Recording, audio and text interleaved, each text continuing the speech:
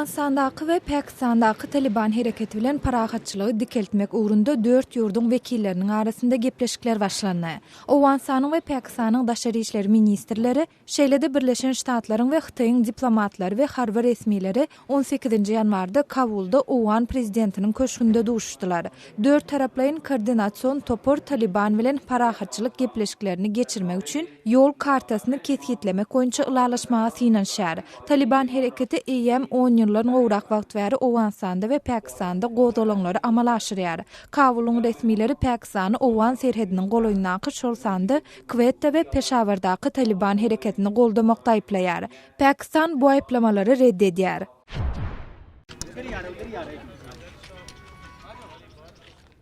Pakistanyň Quetta şäheriniň suwdy öňkü harby ýolbaşçy general Pervez Musharrafy Baloch milli lideri Akbar Khan Bugti'niň ölüminde günäsiz tapdy. Akbar Khan Bugti mundan 10 ýyla golaý wagt ozal öldürilipdi. İki tarapyň hem aklawçylary suud Musharrafa we bu suud işi bilen baglanşykly beýleki şahslara garşy ýöňkelýän aýplamalary güýçden aýyrdy diýdiler. Musharraf suud dinlenşigine gatnaşmady.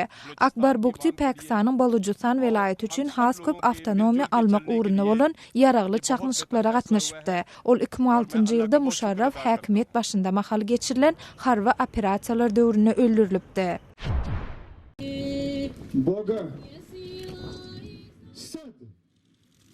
18-nji ýanwarda Serbiýanyň paýtagty Belgradda ýüzüjüler sowuk howa şertlerine garamadan dini däp desura göre suwa çümmek boýunça ýyllyk dabara gatnaşdylar. Olar öz däp desurlarynyň bir bölegi hökmünde Dunay deriýasyna böküp sowuk suwda birek bilen bäsleşdiler. Bu bäsleşige gatnaşjylaryň sowuk howa şertlerine bolan çydamlygy üçin olary mukaddes haç dakyldy.